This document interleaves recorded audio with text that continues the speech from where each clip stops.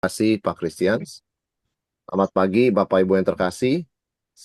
Kita akan melanjutkan ya pembahasan kita dari kitab Yakobus yang akan diambil dari pasal 3 ya ayat 13 sampai 18 pada pagi hari ini. Mari kita mohon pimpinan Tuhan sekali lagi, kita berdoa. Tuhan, kami sudah memuji nama-Mu, mendengarkan pujian yang indah. Kami bersyukur untuk pagi hari ini. Sekarang kami akan membaca merenungkan firman-Mu. Tuhan, berbicaralah pada setiap kami dan berkati kami, perlengkapi kami dengan firman-Mu. Dalam nama Yesus kami berdoa. Amin. Bapak Ibu, kita akan bersama-sama ya membuka Alkitab kita dan membaca Yakobus 3 ayat 13 sampai 18. Saya akan bacakan dulu ayat 13 dan 14 ya. Siapakah di antara kamu yang bijak dan berbudi? Baiklah ia dengan cara hidup yang baik, menyatakan perbuatannya oleh hikmat yang lahir dari kelemah lembutan. Jika kamu menaruh perasaan iri hati dan kamu mementingkan diri sendiri, janganlah kamu memegahkan diri, dan janganlah berdusta melawan kebenaran. Bapak Ibu, apa ini konteksnya ya? Yakobus tiba-tiba bicara soal hikmat ini, ya kita masih ingat ya pertemuan minggu kemarin dan sebelumnya. Yakobus sudah berbicara, sudah memberikan peringatan, jangan banyak orang mau menjadi guru. Ya, bukan dia bilang tidak boleh, bukan dia itu mau menghalang-halangi orang, tidak. Dia hanya mengingatkan. Ya, jadi kembali kita ingat bahwa peringatan ini diberikan kepada pengajar dan juga berlaku buat semua jemaat. Ya, kita sudah bicara mengenai bahaya lidah minggu kemarin. Nah, sekarang di bagian ini kita bicara sumber hikmat ya di balik kata-kata. Ada kata-kata yang membangun, ada kata-kata yang merusak, seperti kita bicara minggu kemarin. Nah, Yakobus kali ini bicara mengenai sesuatu yang lebih dalam, sumbernya yaitu hikmatnya. Nah, istilah bijak dan berbudi atau berpengertian ini memang istilah yang khusus di dalam Perjanjian Lama. Ya, ini digunakan untuk satu pasangan ya, bijak berbudi, bijak berpengertian begitu loh, bijak pandai gitu kan. Nah, misalnya dalam Ulangan 1 ayat 13, pemimpin dipilih karena bijaksana, berakal budi dan berpengalaman. Ya. Dalam Raja-Raja 4, Salomo menerima hikmat dan pengertian dari Allah, juga satu set. Hikmat dan pengertian. Dalam Daniel 5 ayat 12, ya, orang berkata Daniel itu dikenal penuh akal budi dan hikmat. Jadi pasangan dua kata ini yang Yakobus tulis itu bukan asal-asalan Bapak Ibu ya. Ini sudah suatu konsep yang sangat kental dari Perjanjian Lama. Yakobus cuma tuliskan itu di dalam Perjanjian Baru. Jadi apa artinya ya? Apa yang dimaksud dengan bijak dan berpengertian di sini? Nah, intinya adalah Yakobus ingin menjawab pertanyaan ini. Dari mana hikmat itu datang? Apakah hikmat yang diklaim itu benar-benar datang dari Allah? Ya, jawabannya, hikmat sejati itu terbukti dari cara hidup yang baik, bukan dari klaim rohani atau kepandaian berkata-kata. Ya, Yakobus selalu orientasinya kepada bukti, bukti, bukti. Ya, bukan hanya kata-kata, tetapi bukti. Ya, itu sebabnya ini akan Yakobus jelaskan kepada kita. Bagaimana tindakan atau wujud nyata orang yang berhikmat di dalam individu dan khususnya dalam gereja. Ya, nah ini kan sebuah tantangan ya. Siapakah di antara kamu yang bijak dan berpengertian? Ya, saudara, ini adalah sebuah undangan untuk membuktikan karakter ya. Jadi tujuannya itu bukan mencari tahu siapa, namanya siapa, tapi menggambarkan siapa di gereja, siapa di antara orang Kristen yang bijak. Seperti apa itu ya. Nah, tiga hal yang kita harus clear tidak cukup untuk disebut bijak. Penguasaan teologi tidak cukup. Meskipun orang menguasai teologi dari A sampai Z, kalau ada, sebenarnya tidak ada. Tapi katakan dia begitu berpengetahuan, juga tidak bisa otomatis disebut bijak. Atau dia bisa berdebat dan memenangkan argumen, dan orang tidak bisa menang lawan dia, karena memang dia sangat pintar, sangat terampil, juga tidak bisa dipastikan dia itu bijak. Atau bahkan dia aktif dalam pelayanan dan pengajaran, bagus. Tetapi itu juga tidak bisa diidentifikasikan dengan bijak. Belum tentu orang itu berhikmat ya. Satu-satu yang cukup menurut Yakobus, bukti orang berhikmat itu adalah perilaku yang baik yang dilakukan dengan kelemah lembutan hikmat. Nah, menarik sekali Bapak Ibu ya. Jadi yang disebut dengan hikmat ini, menurut Yakobus, itu dibuktikan dengan perbuatan, bukan dengan kata-kata. Dan perbuatan itu dilakukan dengan kelemah lembutan.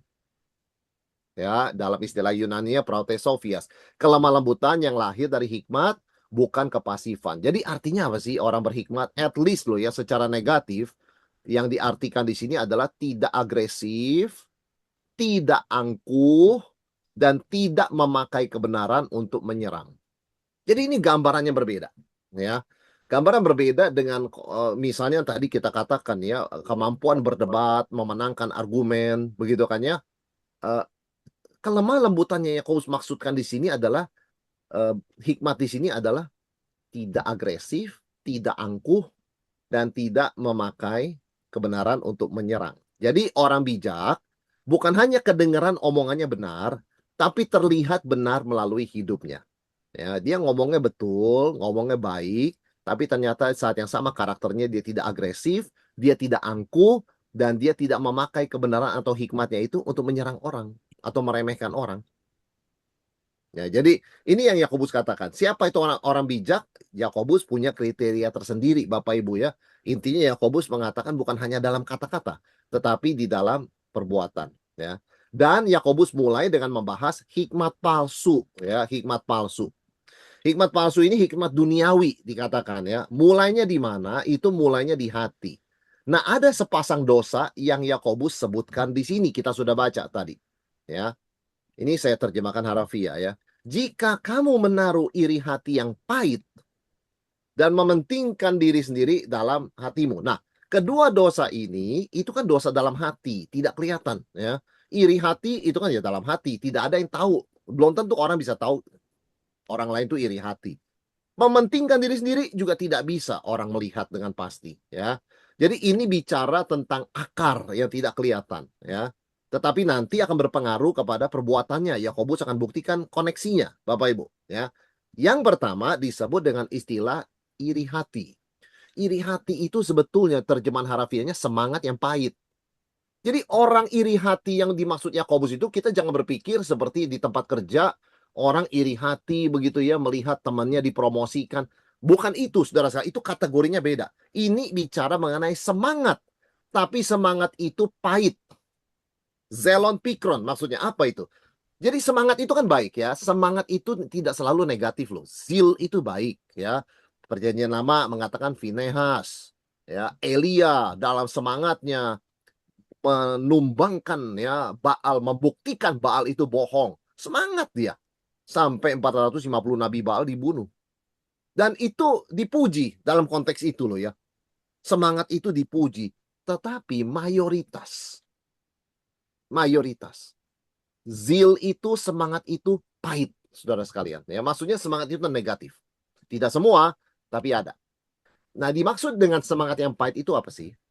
Fanatisme verbal yang keras dan penuh amarah. Ya, dan pelakunya ini menganggapnya sebagai loyalitas atau kesetiaan. Nah, Yakobus melihatnya sebagai akar yang merusak. Jadi, Bapak Ibu, kita sudah dapat sedikit gambaran seperti apa sih iri hati yang dimaksud Yakobus. Kira-kira begini. Di dalam satu persekutuan gereja, dalam komunitas gereja, ada beberapa orang yang sangat bersemangat. Salah satu yang super semangat, cepat sekali berkata-kata seperti ini. Oh, kamu kalau tidak muncul nih, kamu tidak loyal nih pada gereja kami nih, pada gereja kita ini. Kamu tidak ada cinta kasih untuk ini, kurang dedikasi kamu. Ya, jadi cepat sekali itu ngomongnya. Semangat, dia tanda kutip mencintai gerejanya, tetapi dengan cepat dia menuding karena dia fanatik begitu ya. Kamu ini nggak ada dedikasi buat gereja ini. Ya, kamu ibadah-ibadah tempat lain itu kamu tidak loyal pada komunitas kami. Wah, cepat sekali tuh Bapak Ibu. Jadi itu yang Yakobus katakan. Ini semangat yang pahit nih. Yang ujung-ujungnya mungkin ya terjemahan Indonesia ada hikmatnya juga ya. Jangan-jangan kamu iri hati, kamu sebenarnya juga mau begitu kan, cuma kamu nggak bisa. Jadi kamu marah dan menuduh, misalnya begitu kan ya. Oh, misalnya orang liburan begitu kan, liburan ya, sebulan begitu kan dia balik. Wah, kamu gimana sih? Ya kan, lama bener liburannya. Ini kan mesti ada loyalitas kepada gereja dong kita dong. Masa kamu liburan 1 bulan? Ya mungkin, bukan cuma itu semangat pahit, mungkin dia iri hati, dia nggak bisa liburan. Mungkin saja Bapak Ibu. Jadi itu sebabnya Yakobus katakan, kita tidak perlu jauh-jauh bicara apakah semangat seseorang itu pahit atau tidak. Itu akan kelihatan dari sikap agresif, angkuh, dan menggunakan kebenaran loyalitas untuk menyerang orang lain. Ya, ini yang pertama, Bapak Ibu ya, semangat yang pahit atau iri hati. Yang kedua adalah mementingkan diri sendiri, kita sebut ambisi yang egois. Nah ini istilah langka sebetulnya dalam bahasa Yunaninya. Hanya ditemukan dalam tulisan filsuf Aristoteles. Jadi sudah lama tidak dipakai di zaman Perjanjian Baru, zaman Yesus, zaman Yakobus itu nggak dipakai lagi. Aristoteles itu kan ratusan tahun sebelum Yesus. Tapi tiba-tiba muncul di surat Yakobus. Artinya apa sih? Jadi penggunanya sangat jelas. Yang dimaksud apa? Seorang politisi yang serakah dan sempit hanya memikirkan diri sendiri dan kelompoknya. Ini kata ini begitu langka, Bapak Ibu. Jadi kalau digunakan di Yakobus, itu betul-betul kita tahu apa artinya. Jadi kalau kita mau tahu apa itu egois, lihatlah banyak tingkah laku para politisi. Kalau ada keuntungannya, kalau viral, mereka mau kerjakan. Banyak politisi seperti itu ya, meskipun tidak semua. Tapi kalau tidak viral dan tidak ada cuan buat mereka, tidak akan mereka peduli. Itu ambisi egois. Karena jelas kata ini dipakai hanya oleh Aristoteles. Ya, dari zaman Aristoteles dan menunjuk kepada politisi. Jadi kalau Yakobus pakai, pasti orang mengerti. Sangat spesifik. Kalau orang pengen tahu apa itu orang egois, lihatlah para politisi pada umumnya. Kalau tidak mereka tampil, tidak ada nama mereka, tidak ada keuntungan buat mereka, tidak akan mereka gubris. Tapi kalau wajah mereka tampil, mereka jadi populer, bahkan ada keuntungan di balik itu semua, mereka sangat semangat. Itulah egois. Ya, kira-kira seperti itu. Jadi ambisi egois adalah tekad keras. Ini kerja keras loh ya. Tapi untuk mencapai tujuan sendiri tanpa peduli orang lain di sekitarnya. Nah, ini biasa muncul kalau kita diterapkan dalam konteks bukan politik ya, tetapi gereja. Ini biasanya banyak muncul di gereja-gereja yang sedang konflik ya. Itu misalnya di Galatia, di gereja Korintus ya. Bahkan di kalangan pemimpin rohani dicatat dalam Filipi ya, mengejar keuntungan pribadi. Nah, ini sepasang ini dosa yang menjadi akar dari hikmat duniawi, yaitu satu iri hati atau semangat yang pahit, yang kedua ambisi egois, mementingkan diri sendiri. Dua ini Yakobus katakan kita harus hati-hati Bapak Ibu ya. Apa akibat langsung ketika seseorang membiarkan sepasang dosa ini berakar dalam hatinya? Nah, yang pertama, janganlah kamu memegahkan diri ya. Jadi ini bentuk yang sangat intensif dari membanggakan diri. Jadi betul-betul memuji-muji diri, puji diri ya, memegahkan diri atas klaim orang lain ya. Contohnya misalnya guru yang ambisius begitu ya. Karena mengejar reputasi lewat kemampuan kognitifnya, memang dia pintar begitu ya. Cenderung melakukan ini. Saya lebih hebat, saya lebih pintar. Di dalam generasi saya tidak ada orang seperti saya. Saat pengalaman saya lebih banyak dari orang lain. Nah, ini Yakobus sudah ingatkan, karena semua manusia dalam natur dosanya itu ada kecondongan kepada iri hati dan mementingkan diri sendiri, maka Yakobus langsung berikan remnya ya. Bagaimana supaya itu jangan sampai keluar dalam tindakan? Yang pertama, jangan memegahkan diri. Karena itu otomatis mengalir dari iri hati dan ambisi egois. Jadi jangan ya. Dan ini semua kan terjadi dalam pelayanan ya, sangat-sangat sering terjadi dalam pelayanan. Nah, bahayanya ini adalah kesombongan rohani, ini bisa tampil sebagai kebenaran yang perlu disuarakan. Padahal motivasinya adalah pengakuan manusia. Oh, ini kita harus menyuarakan ini nih, kebenaran nih. Kita tidak boleh kompromi nih, begini begitu. Iya, kelihatannya kedengarannya bagus. Siapa juga yang bisa melarang dan mengatakan dia salah. Tapi ternyata motivasinya supaya dia dianggap pahlawan. Wah, si ini, si itu memang dia pahlawan ya. Kalau nggak ada dia menyuarakan nggak bisa kita. Bapak Ibu, itu yang Yakobus katakan, masing-masing orang Kristen, ya kita bukan menghakimi orang atau menganalisa orang, tapi justru melihat kepada diri kita, begitu ya. Jangan sampai jatuh ke dalam memegahkan diri. Karena seringkali bungkusnya itu adalah baik, ya.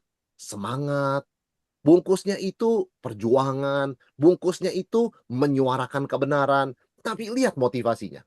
Itu yang Yakobus katakan ya, hikmat dari dunia ini bungkusannya tuh bagus, tetapi akarnya yang kita harus waspada.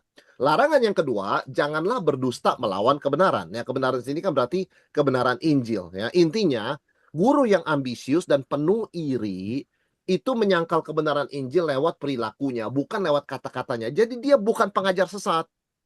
Dia bukan teologinya ngawur, itu tidak, Bapak Ibu ya. Dia benar ajarannya mungkin ya, tetapi ambisius dan penuh iri hati. Jadi dengan kata lain dia menyangkal Injil bukan dengan kata-kata. Kata-katanya benar, ajarannya benar, tapi menyangkal Injil lewat perilakunya. Karena Injil bukan hanya diproklamasikan, tetapi dihidupi ya. Karena proklamasi tanpa Aja. perbuatan itu kan seperti Iya, mencopot, memutuskan Injil dari banyak. jangkar. Nah, ini yang disebut dengan kontradiksi antara pohon dan buah ya. Pohonnya apa, buahnya apa. Jadi prinsipnya apa Bapak Ibu? Yakobus selalu menghubungkan kognitif dan perilaku. Apa yang kamu percaya harus terlihat dalam cara kamu memperlakukan orang lain. Jadi orang bilang menyuarakan kebenaran ya, saya semangat berdedikasi buat gereja, buat pelayanan, saya datang lebih pagi dari semua orang, saya pulang lebih lambat. Oke, semua itu bagus ya dalam kata-kata, dalam konsep bagus. Tapi buahnya apa? Itulah bisa membuktikan itu betul-betul hikmat dari Tuhan atau hikmat duniawi, ya. Nanti kita akan lihat. Sekarang Yakobus mengatakan, ada sumber hikmat palsu, ada 4 karakteristik. Dari mana kita tahu ini hikmat duniawi? Bapak Ibu, Yakobus tuh berikan guidance ya. Karena di dalam ayat 15 kita baca itu bukanlah hikmat kalau ada iri hati. Jika kamu menaruh perasaan iri hati, mementingkan diri sendiri, janganlah kamu memegahkan diri berdusta melawan kebenaran. Itu bukanlah hikmat yang datang dari atas, tapi dari dunia, dari nafsu manusia, dan dari setan-setan. Jadi apa ini karakteristik dari hikmat dunia? Yang pertama disebut bukan dari atas. Artinya Yakobus memakai istilah dari atas 3 kali. Maksudnya dari Tuhan begitu ya. Selalu artinya dari Tuhan. Segala pemberian yang baik datangnya dari atas. Ya, di sini juga ya. Itu bukanlah hikmat dari atas. Ya, atas itu artinya Tuhan di sini ya. Hikmat sejati turun dari Allah. Itu ada di Amsal juga. Dan hikmat palsu pasti tidak bersumber dari Tuhan. Yang kedua, Yakobus gunakan istilah duniawi, Bapak Ibu ya. Duniawi. Duniawi di sini artinya terikat pada perspektif bumi, cara pikir yang hanya memakai ukuran dunia dan bukan ukuran Allah. Jadi kalau ngomong itu benar dan tepat, tetapi ya itu hanya ukuran dunia, ya, hanya ukuran dunia. Jadi pikiran yang terfokus pada hal-hal duniawi yang melahirkan, ya, melahirkan yang dibentuk bukan oleh Tuhan, ya. Yang ketiga dikatakan hikmat ini berdasarkan nafsu manusia. Artinya apa nih Bapak Ibu? Artinya hikmat ini bergerak pada level manusia alami. Insting, ego, ya, emosi, dan ambisi. Tidak ada pimpinan Roh Kudus. Itu hanya nafsu manusia begitu ya. Tapi bukan pimpinan Roh Kudus ya. Dan ini digunakan istilah manusia alami. Ini kontras sekali dengan manusia rohani. Ya, digunakan istilah nafsu manusia. Nafsu manusia itu pakai istilah psikike, artinya dari kata psikis, saudara sekalian ya. Dari kata itu sebenarnya dari jiwa, tapi itu nafsu sebetulnya, nafsu. Dan yang paling parah adalah ini sebetulnya ujung-ujungnya berasal dari setan-setan. Bukan berarti orang ini kerasukan ya, tetapi pola dan buahnya itu sejalan dengan pekerjaan setan. Kesombongan, kekacauan, perpecahan di tengah komunitas Allah. Ya, jadi ini adalah 4 hal. Sumber hikmat palsu ini ada 4 karakteristik. Itu bukan dari Tuhan, itu dari dunia dan bersifat duniawi, artinya pikirannya terus saja dunia dan bumi begitu ya. Berikutnya itu lahir dari nafsu manusia. Jadi nafsunya ini keinginannya bergerak dalam level manusia alami. Tidak ada Roh Kudus di sana, tidak ada pimpinan Roh Kudus dan akhirnya sejalan dengan agenda iblis, agenda setan-setan. Nah, jadi ini Yakobus menyoroti dengan sangat tajam karena kalau dilihat dari perilakunya tidak kelihatan setan begitu kan, tidak kelihatan nafsu manusia, tidak kelihatan duniawi, tidak kelihatan juga anti Tuhan, bukan dari Tuhan begitu ya. Tetapi sebetulnya ini sifatnya. Nah, itu yang perlu diwaspadai, saudara sekalian, ya.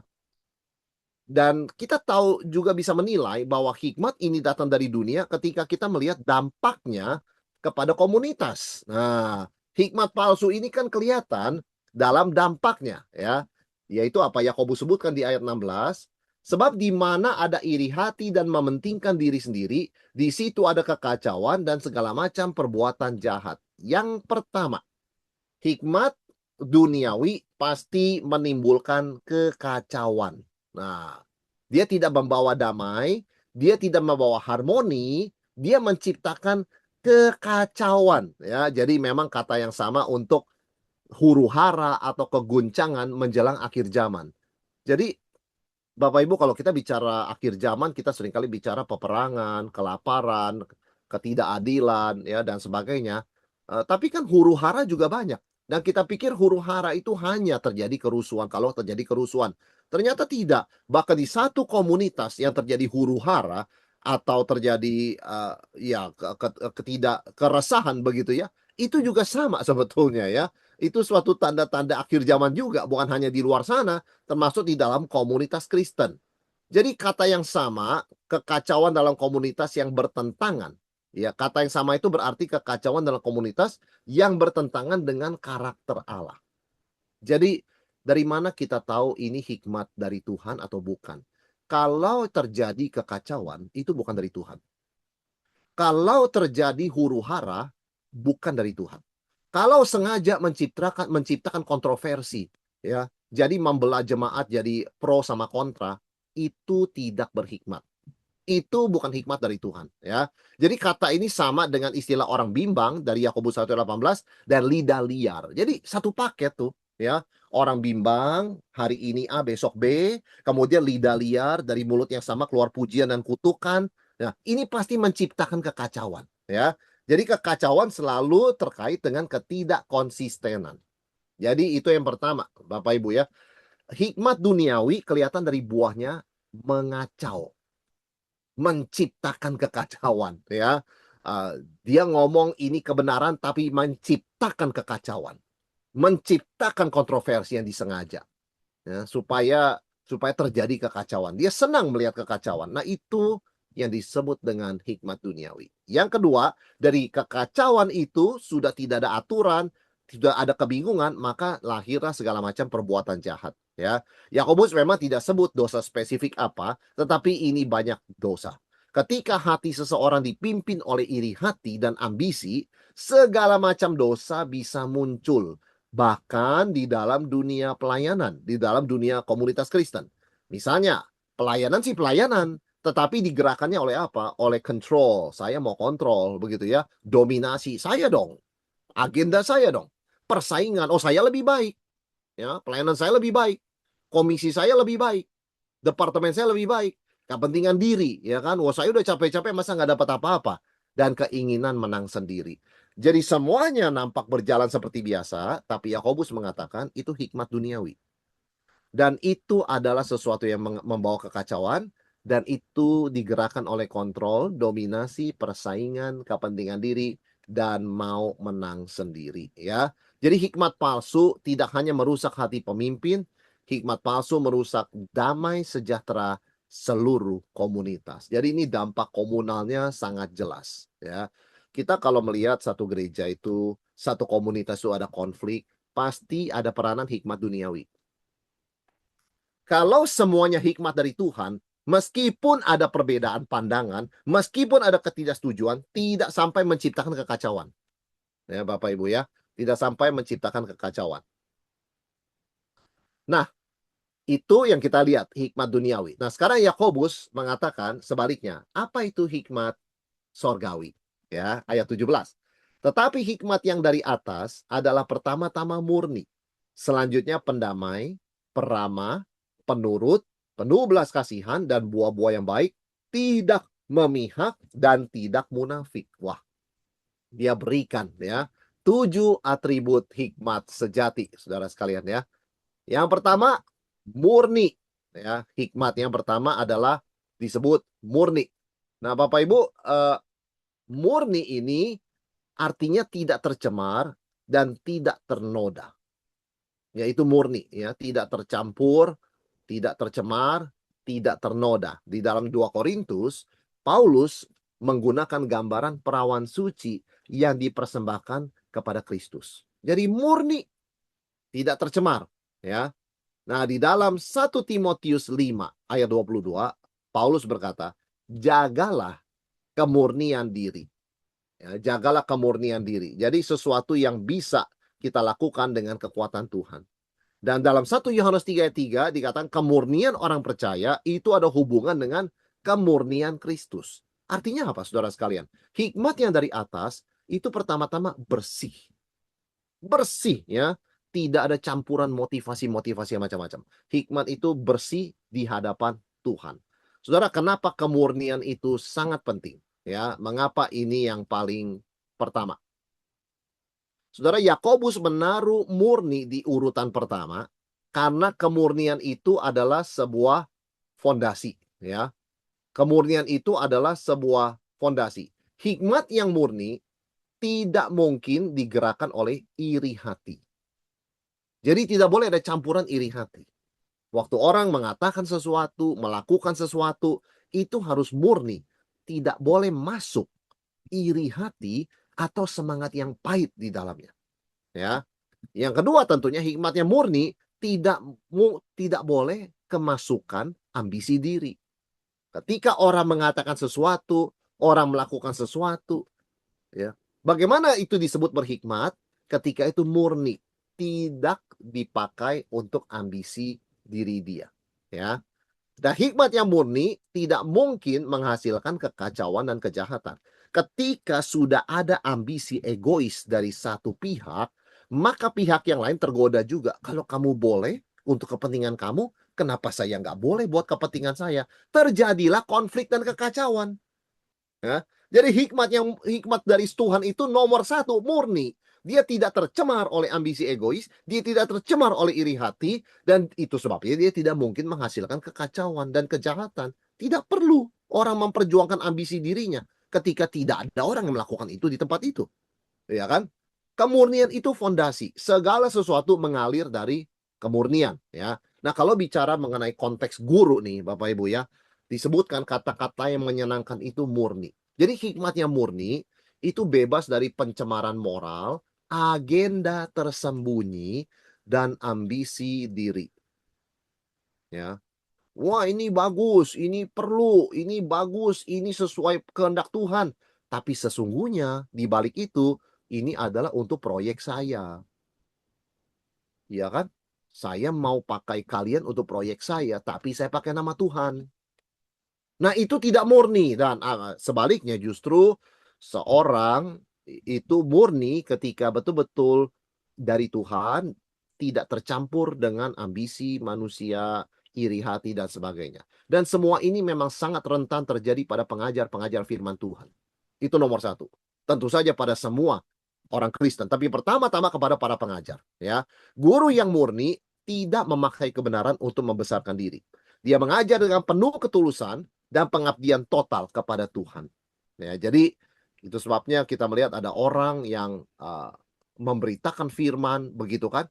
Ya, tidak ada yang melanggar firman Tuhan dari firman-Nya, tetapi kalau sejujur-jujurnya diperiksa, jangan-jangan motivasinya betul-betul untuk memperkaya diri. Ya, ada orang mengajar firman Tuhan juga tidak ada sesuatu yang salah dalam perkataannya. Orang suka berkata, apa salahnya dia ngomong? Tidak ada yang salah, tapi tidak ada garansi bahwa itu benar. Karena Tuhan menilai motivasinya juga. Kalau itu bukan lahir dari ketulusan. Kalau itu menyembunyikan agenda pribadi yang ambisius dan sangat duniawi, hanya untuk dirinya. Not bigger than himself, begitu kan? Nah, itu sudah sesuatu yang tidak murni.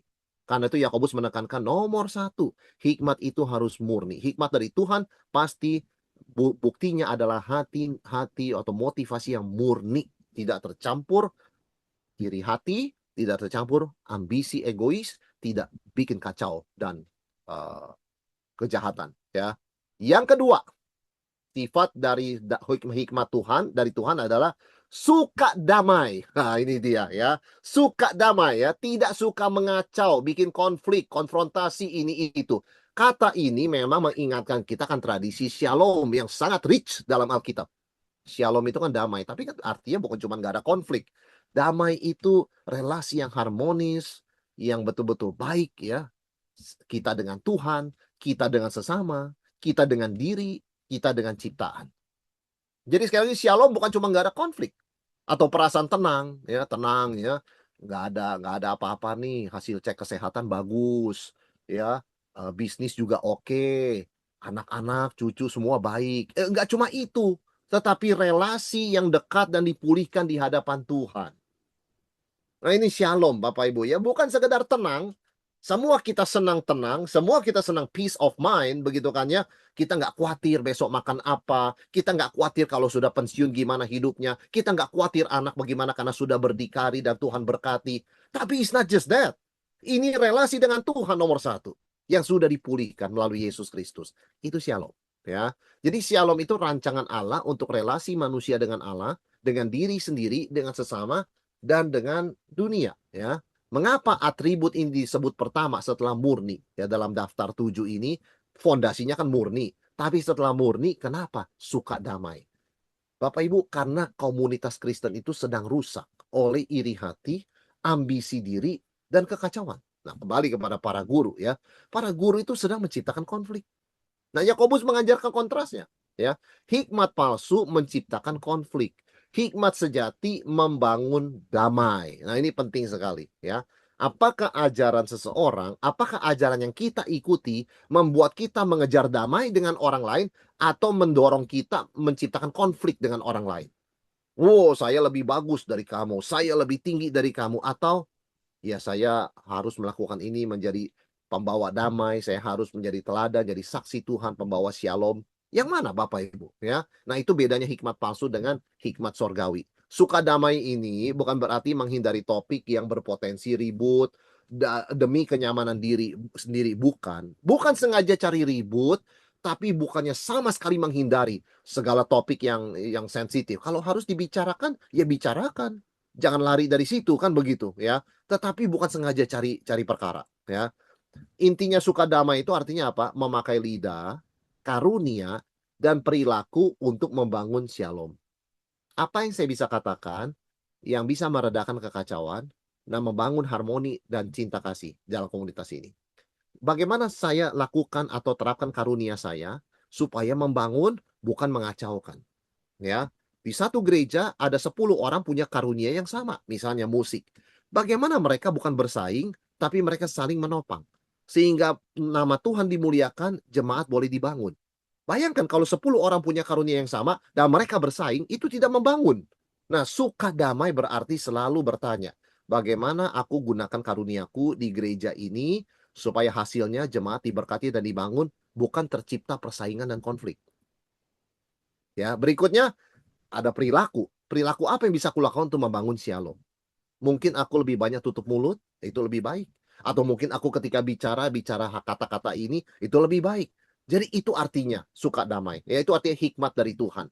Nah, orang ini bukannya takut sama konflik, dia berani masuk ke tengah konflik, tapi bukan dengan untuk menciptakan kekacauan ya, tapi dengan hikmat ya.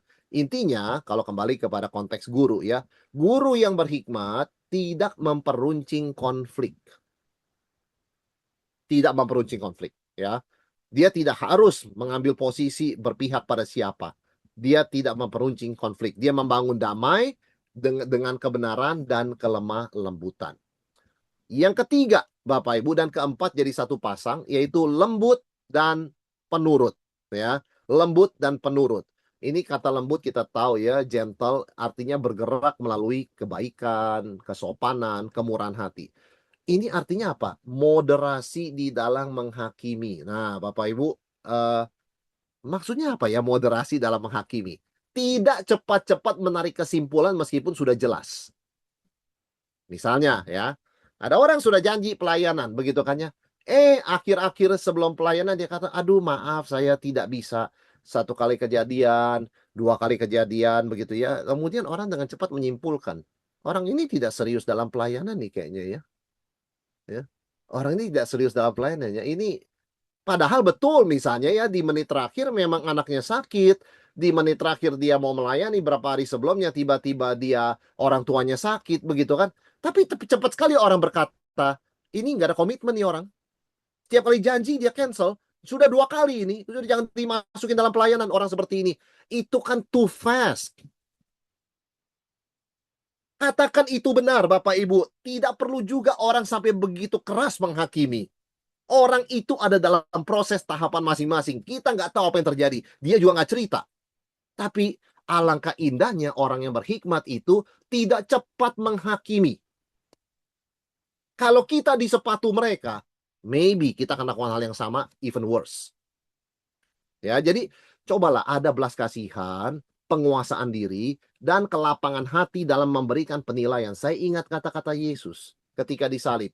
Bapa, ampunilah mereka karena mereka tidak tahu apa yang mereka perbuat. Saya bertanya secara jujur, Bapak Ibu, masa mereka nggak tahu apa yang mereka perbuat?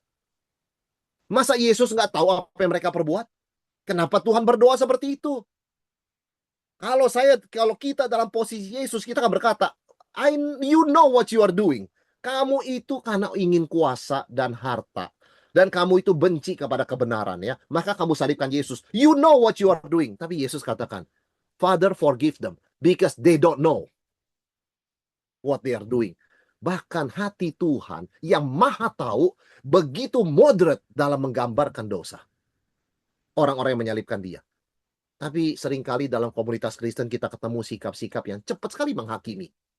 Oh ini tiap kali pelayanan cancel, nggak usah dipakai. Coret aja namanya. Cepat sekali Bapak Ibu. Di mana ruang untuk belas kasihan? Katakan, kita katakan next time kalau kita menjadwalkan dia, ya kita masih tanya baik-baik dan siapkan plan B.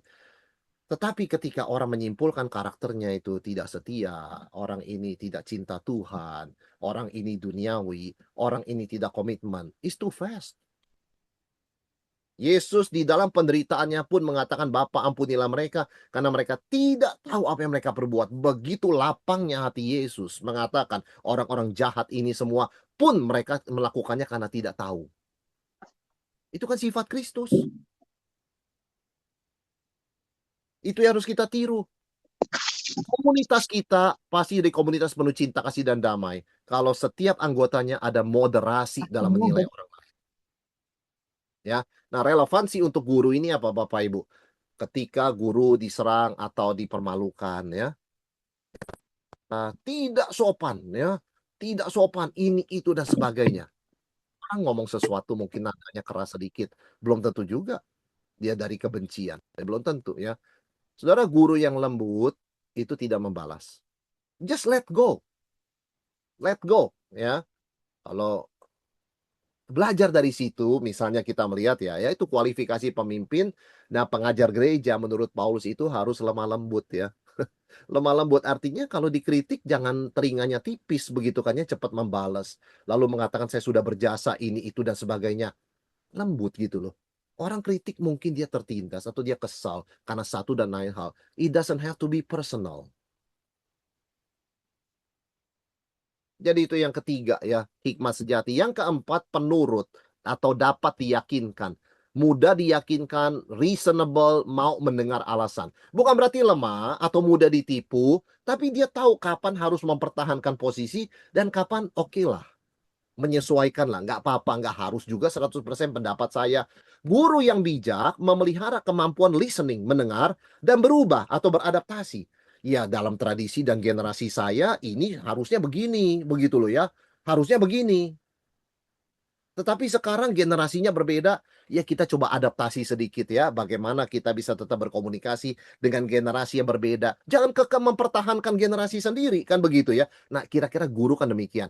Guru itu kan pasti usianya lebih tinggi dari orang yang diajar biasanya ya. Artinya generasinya berbeda. Nah, kalau dia itu punya hikmat, dia akan tetap bisa mendengar, menerima perbedaan itu dan mencari jalan tengahnya.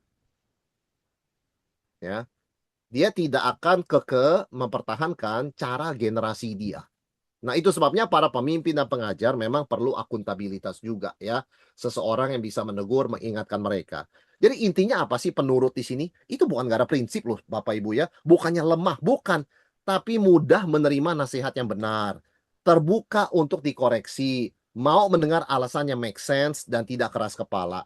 Begitu kan ya. Misalnya dia punya preferensi, katakan loh ya ini bukan soal kepemimpinan, katakan seorang ayah begitu kan, dia punya preferensi, saya yang bayar makanan, saya yang cari uang, saya yang kerja, saya sukanya makan makanan ini, begitu kan ya. Makan makanannya misalnya makanan tradisional, makanan makanan yang hangat-hangat begitu kan ya. Tiba-tiba ketika keluar begitu kan anaknya ya begitu aja masih kecil, "Saya mau makan makanan goreng-goreng." Begitu ya, makanan goreng-goreng, makanan apa begitu kan ya. Dia tidak lalu berpikir begini, "Saya pemimpin, saya yang cari uang, saya yang ini dan saya yang tahu masalah kesehatan.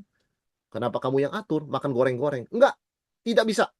Padahal anaknya sudah bicara, "Ini lagi viral, Pak, begini begini begini."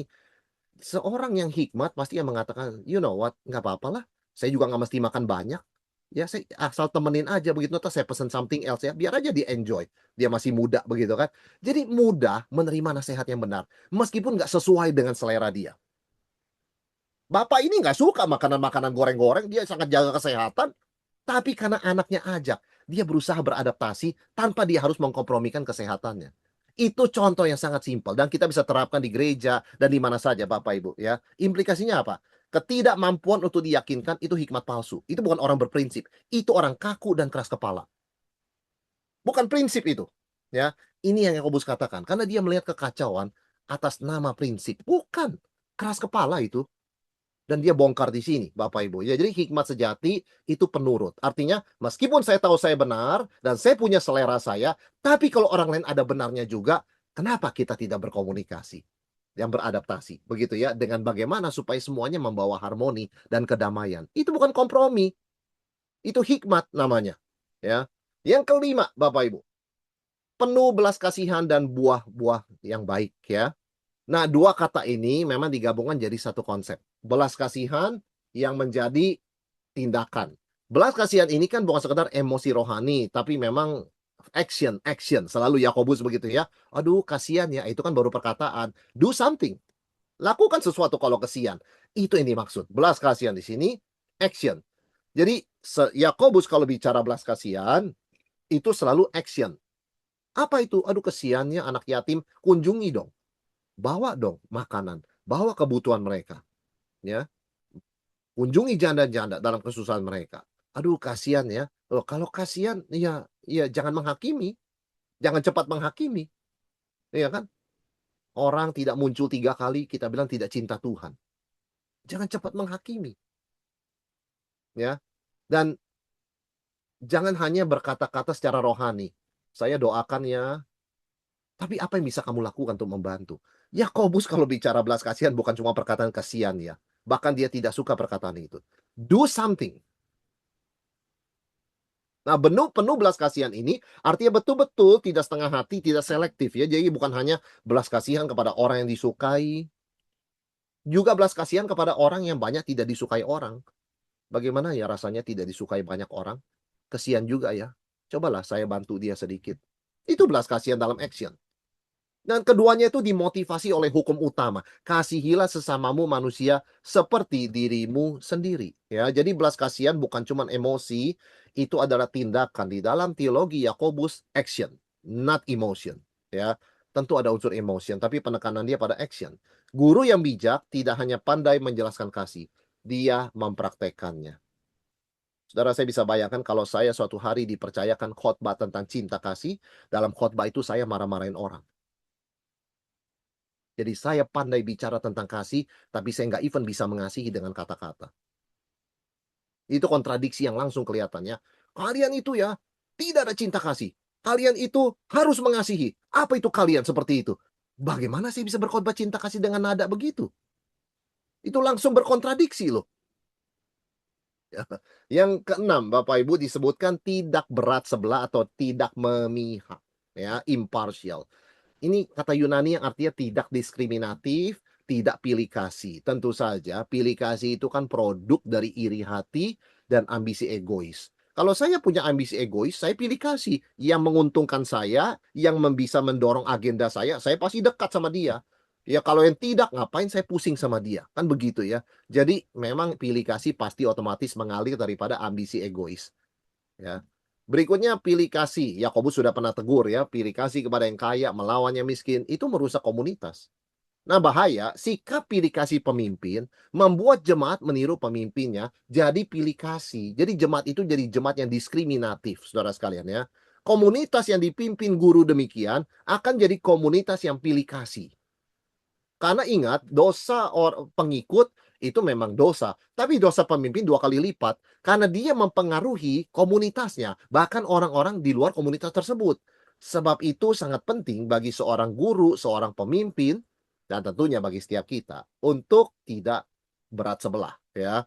Tidak favoritisme, kita sudah bahas itu, ya. Dan terakhir disebut oleh Yakobus tidak munafik atau tulus, ya, anipokritos, tanpa kepura-puraan, genuine, tanpa ya bermaksud main sandiwara begitu ya dan sebagainya. Nah, Bapak Ibu, di Perjanjian Baru sebetulnya kata tidak munafik ini selalu sering ditempelkan dengan kasih. Kasih itu tidak pura-pura. Nah, kata Paulus Roma 2 ayat 9. Artinya kasih itu tidak munafik, ya. Jadi tidak munafik itu salah satu wujud dari kasih, ya, karena dia bersifat tulus. Nah, kalau kita kembali ke konteks ini Yakobus 3, ini bicara soal leadership yang tidak pura-pura, ya. Bapak Ibu, Yesus di dalam Matius 23 itu pernah kan mengecam orang Farisi dan ahli Taurat begitu ya. Dan dia menggunakan istilah munafik atau hipokrit begitu kan. Dan Yesus menegaskan bahwa ini leadership yang palsu begitu loh kalau hipokrit. Nah, ketujuh sifat atau atribut ini bukan daftar karakter baik. Ini adalah gambaran komunitas alternatif yang seharusnya ya menjadi tujuan bagi setiap komunitas Kristen. Jadi bagaimana misalnya kita bertanya, bagaimana komunitas kita, gereja kita itu bisa lemah lembut, suka damai, ya, mudah diyakinkan begitu kan ya dengan yang benar, mau mendengar begitu ya, penuh belas kasihan dalam pengertian action, tidak diskriminasi komunitas kita ya dan juga tidak munafik, tidak pura-pura begitu kan. Nah, itu seharusnya menjadi kerinduan dan doa bagi setiap anggota komunitas Kristen agar komunitas dia itu jadi seperti itu. Karena kalau tidak Bapak Ibu, itu pasti akan kacau, pasti penuh kemunafikan, akhirnya kolaps, komunitasnya nggak akan survive. Ya, akhirnya tidak akan survive. Nah, pada akhirnya, dan Yakobus mengatakan di dalam ayat yang ke-18, dan buah yang terdiri dari kebenaran ditaburkan dalam damai untuk mereka yang mengadakan damai. Ya.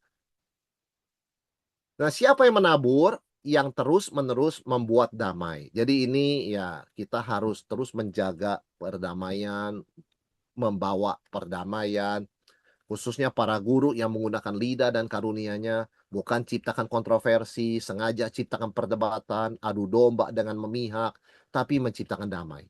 Mereka ini tidak lari dari konflik ya, tetapi mereka berani masuk ke dalamnya dengan hikmat, bukan dengan emosi kemarahan. Ya, nah apa yang dituai kalau kita terus menabur damai? Yang dituai adalah buah yang adalah kebenaran. Jadi ini bukan moralitas personal. Oh ya, saya jadi orang yang tidak jahat begitu ya. Saya jadi orang yang sesuai kehendak Tuhan. Tapi betul-betul jadi action yang kelihatan untuk sebuah komunitas. Jadi guru yang bijak bukan hanya menabur konsep yang benar, tapi menabur damai yang menghasilkan buah kebenaran. Jadi sekali lagi Bapak Ibu, Yakobus tidak menilai hikmat di sini loh ya dari kata-kata. Konsep yang benar itu tidak cukup ya, itu harus membawa peace. Karena dari peace itu lahir buah kebenaran. Kita hidup di masa ekonomi yang sulit ya. Dan bagi semua pengusaha, syarat paling dasar bagi semua usaha adalah peace. Kalau satu negara tidak damai, bagaimana investasi bisa masuk? Bagaimana orang bisa berusaha? Tidak mungkin bisa. Ya, sulit sekali. Nah, itu sebabnya semua investor, semua pengusaha sangat menyukai suatu tempat yang damai di mana mereka bisa berbisnis. Sekarang kita keluar dari situ, kita masuk ke dalam gereja. Kita masuk dalam komunitas Kristen.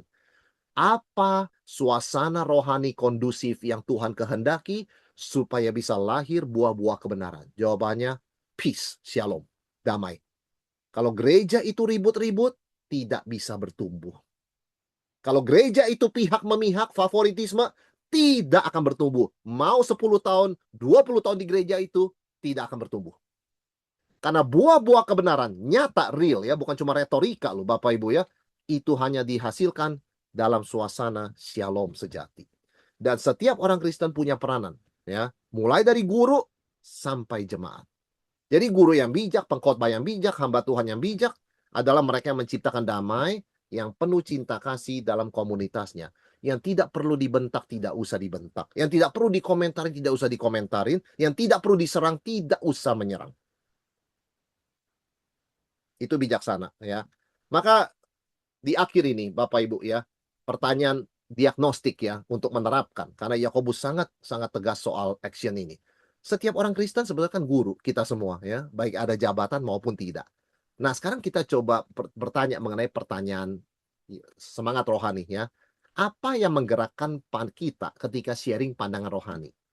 Ya, apakah sungguh karena saya sharing ini untuk orang lain bertumbuh loh? Atau sejujurnya dalam hati ada keinginan supaya saya juga diakui sebagai orang yang hebat, sharing ini? Dan apakah ada kepahitan ternyata ketika orang lain lebih didengar dari kita? Nah, semangat yang benar, zelos yang benar, dan semangat yang salah, itu kan bedanya tipis. Itu perbedaannya ada di motivasi yang paling dalam. Ya, itu pertanyaan diagnostik soal ini ya. Yang kedua mengenai ambisi pribadi. Siapa yang paling banyak kita pikirkan saat mengajar atau saat berbicara? Apakah lebih berniat memahami posisi orang lain atau mempertahankan posisi kita sendiri? Apakah keputusan dalam komunitas lebih sering mengikuti kemauan kita atau kita pikirkan yang the best for everyone, yang terbaik buat semua orang? Saudara, Yakobus tidak melarang kita mengajar, berbicara, tentunya tidak ya. Tetapi mengajar, berbicara harus dengan kerendahan hati. Dan hikmat sekali lagi tidak ditunjukkan dengan berapa banyak kita tahu, tapi seberapa besar peace, damai sejahtera, shalom yang kita hadirkan di mana kita berada. Kalau ada dia, adem. Kalau ada dia, cair. Kalau ada dia, kita semua bisa mengasihi. Sebaliknya, kalau ada orang itu, kita ribut. Karena suka ada komen-komen yang tidak perlu. Nah, Bapak Ibu, itu dua gambaran komunitas, dua gambaran karakter. Maka sebagai penutup, hikmat sejati itu tidak dimulai dari pengetahuan yang lebih dalam ya, tapi kerendahan hati yang dibuktikan lewat cara hidup. Karena Yakobus kembali kepada ayat 13. Siapakah di antara kamu yang bijak dan berbudi? Baiklah ia dengan cara hidup yang baik. Action. Menyatakan perbuatannya oleh hikmat yang lahir dari kelemah lembutan. Oke, demikian Bapak Ibu ya pembahasan kita pada pagi hari ini. Saya kembalikan kepada Pak Christian untuk tanya jawab. Silakan, Pak.